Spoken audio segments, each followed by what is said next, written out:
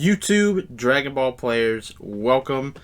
We are going over a deck list that I created literally an hour ago before I came home. This is for Son Goku Skilless Engine. We have our leader right here on the table. You guys know this leader. He's been around for a long time. If you don't know what he does, because you're, just checking it out for the first time, you're like, whoa, what's this? So the leader, you reveal a 4-star ball from your hand on the front side. You draw a card, and your leader gains 5k. So, not a big deal, but it's a free draw as long as you reveal a card from your hand. You don't even have to attack. The 15k matters because when on your front side, you can still swing at unisons or 15k battle cards. When you awaken, it has a permanent. I forgot it has a permanent. When you awaken, though, you can awaken at 6 life if you have a skillless battle card in your drop area already. And God, what does this permanent do? I completely forgot. Yeah, that's the permanent. Is that you can awaken at 6 if you have a skillless in your drop area. You awaken at 4 normally, and when you awaken, you untap 1 and draw 1. So on the back side, really cool, yelling.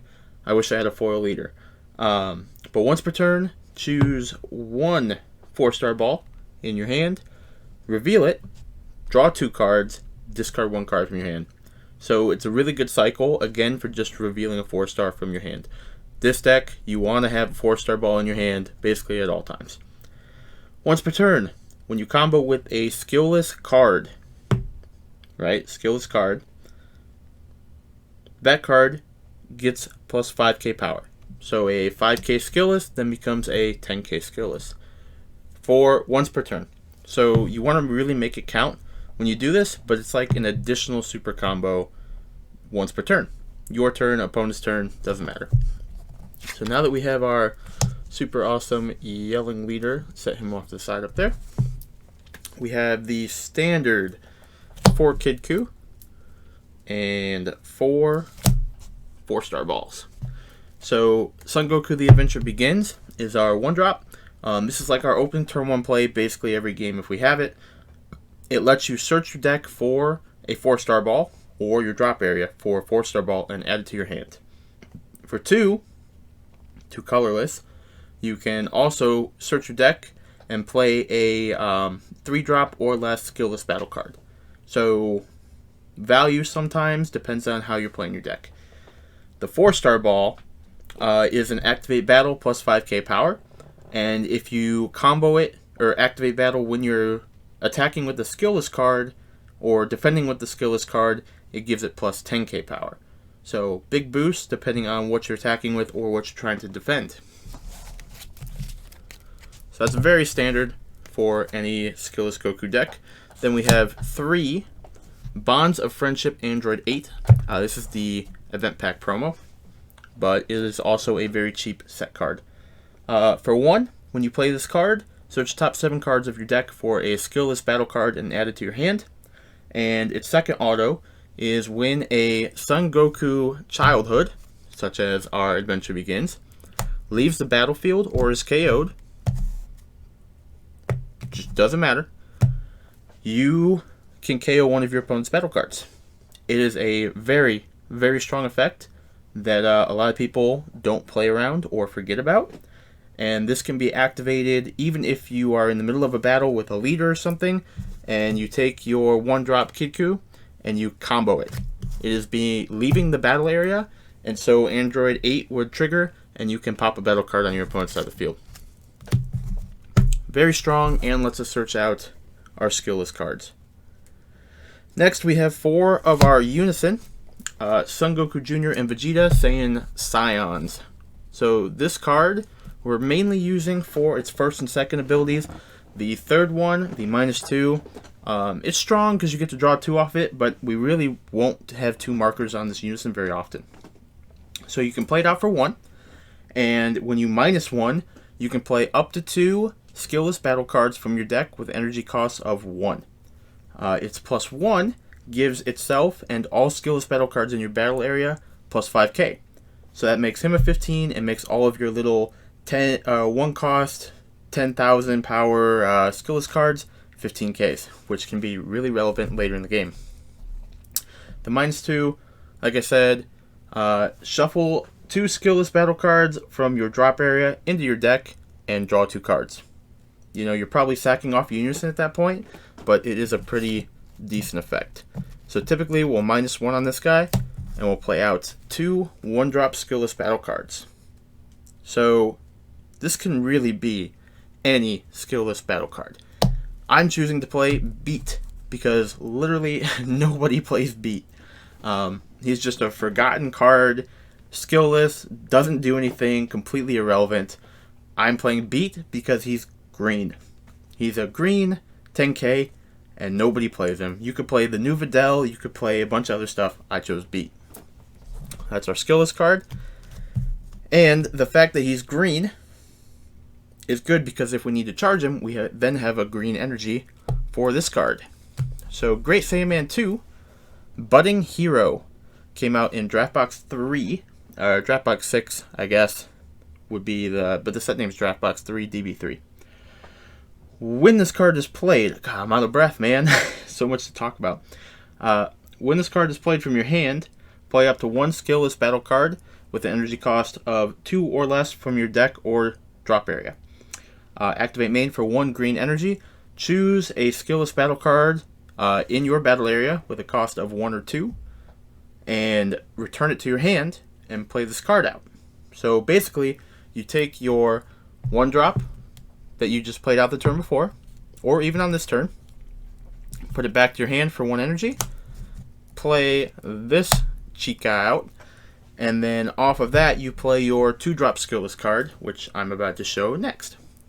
And it's a 15k power, so it's another 1 energy 15k attacker, body on board, whatever you want to call it. For my 20k, I am playing the new skillless Tapion. There's absolutely no reason for this other than he's blue, and I don't think anybody else is really going to play him because there's just no reason to. So we have this blue skillless Tapion card, 20k, blue, Beat stick. That's really it. Free play it off of this.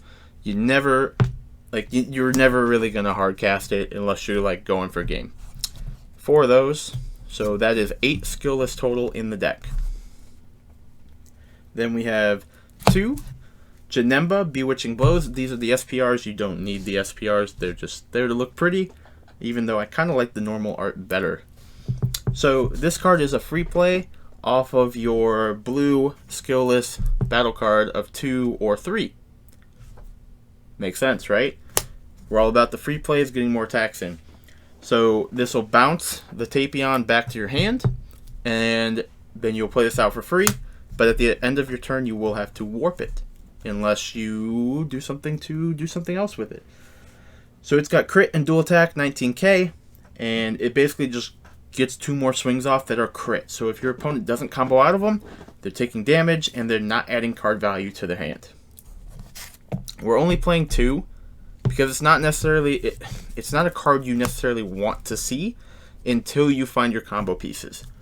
And your deck does draw a lot with the balls engine and just revealing and not having to attack. So you're constantly gaining value while your opponent is having to make their own value their own way. So next card we have 3 up. Son Goku, the Path to Power. This card came out in Evo Booster, and it's built probably for a skillless Goku deck. I mean, it does have Child Goku on it, but I'm sure people will find other ways to play it. So, Double Strike. When this card attacks, play up to 1 skillless battle card with an energy cost of 2 from your drop area. So that's our Tapions. And it gains 5k for the turn. So if they kill our Tapion, we can play this guy out, swing with it. It's a double strike, and we play the Tapion back out and get more value out of a bigger swing. 25k power, and this card also has unique, so you can only have 1 out on the board at the time. Activate main for 2. If your leader card is a Saiyan card, your opponent has 2 or more energy, and you have 2 or more skillless battle cards in your drop area, play this card from your hand. So early on, we want to have a skillless in our drop area so that our leader can awaken early. And then on turn 2, we can theoretically play this out, awaken at 6 life, untap 1, draw 1, and then use that other energy to then go into are other big plays. So it's a lot of value off of really small amounts of energy. Play 3 of those just so we can see it a little more often. Next card is Hasty Dispo from Draftbox 5. So this card, if it's in your drop area, if you have no battle cards on your battle area, you can warp this from your drop area to free play a 1-cost battle card with its skills negated. So that opens up options for, right now, our Bonds of Friendship, our Kid Goku, and also our already skillless Beat, because he's just a beat stick. So you can free play any of those cards and get maximum value out of them off of a card in your drop area without paying any energy. So the card's actually really strong. And he's also green in case we need to charge him for some reason. The next 4 cards are our super combos in the deck. We're playing the Xeno Goku Time Patrol that lets us draw a card. There is a reason that we are playing this one over like a Sparking super combo or even any of the new super combos. I think Oceanus is one. We're not spirit boosting, so I'm not too worried about that. It's just, 4 life, 10k combo, draw a card. Real basic. But it's a Xeno Goku, which is going to matter here in a minute. So, we play 4 Son Goku True Fighting Spirit. This card comes into play, and while he sits on the board, is just a threat to your opponent.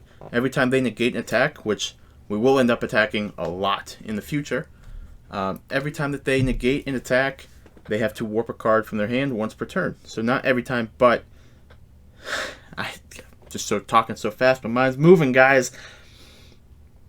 They negate an attack, they warp a card. It's just really strong. As long as the card's sitting on the board, your opponent's always thinking like they want to maintain hand size, and this card just presents a threat. It also, for when it swings, we can add a card from our life to our hand. So if we're trying to awaken early, we can play this out on turn 2 after our opponent's swung at us once or something. Take a life, go down to 6, combo with the Skilless battle card, awaken on that same turn. So a lot of value in the swing and the card just sitting on the board. Next, we have one singular Vegeta Skilless. He is a Vegeta Xeno card, which matters because of the next card that we're going to play.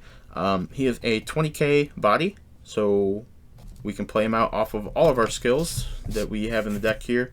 He's searchable, which is important. And we're only playing one because this isn't really like a mandatory game-ending card, but we're playing the brand new Super Saiyan 4 Gogeta, Thwarting the Dark Empire. This card is just phenomenal. As long as it can stay on the board, and as long as you can get to turn 4 and onward with, protection and staying alive. So, triple attack blocker. While this card is in rest mode, it can't be KO'd by your opponent's skills, so they have to swing over it, and it's a 35k. When this card attacks, your opponent chooses 2 cards in their hand and 2 of their battle cards ignoring barrier and sends them to their opponent's warps at the end of the turn, switches card to active mode. So he has to attack first to get this skill, and it's only once per turn, but it clears 2 battle cards and 2 cards from your opponent's hand. That's really, really good. And he's an 8 cost, but we can play him out for 4 by choosing a Xeno Vegeta and a Xeno Goku from either our hand or our drop area or in the battle area and sending them to the warp. So really, he can come out of nowhere on turn 4. If your opponent's not prepared for it, they're going to start losing cards. He's also a blocker, so when he restands, you can block the first swing with him, and as long as he's rested, he can't be KO'd by skills.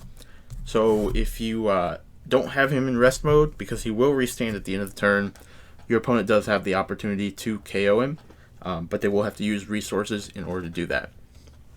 Official game ender that really everybody uses. Mira, Creator Absorbed. So for 1 energy, you overwhelm 7. 4? 4. Jeez, 4. That's so much less than I thought. Anyway, it's a single strike, so you do have to push them down to 1. You can add Champa to the deck. I don't currently have it in here because we have so many just swings that our opponent has to push through.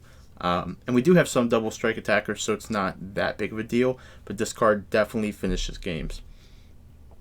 So this guy gains 5,000 power for each card in your warp.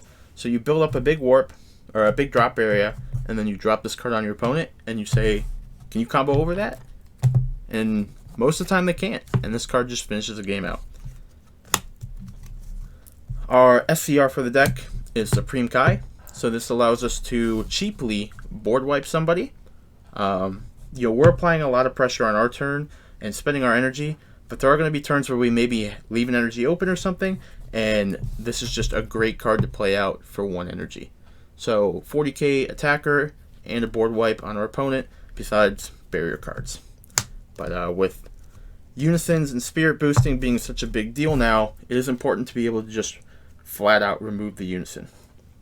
Playing 1 max power Kamehameha, just to remove any big threats on the board that we wouldn't be able to deal with otherwise for cheap. It's also a negate. We're playing 1 super Kamehameha, however you want to call it. It's just good.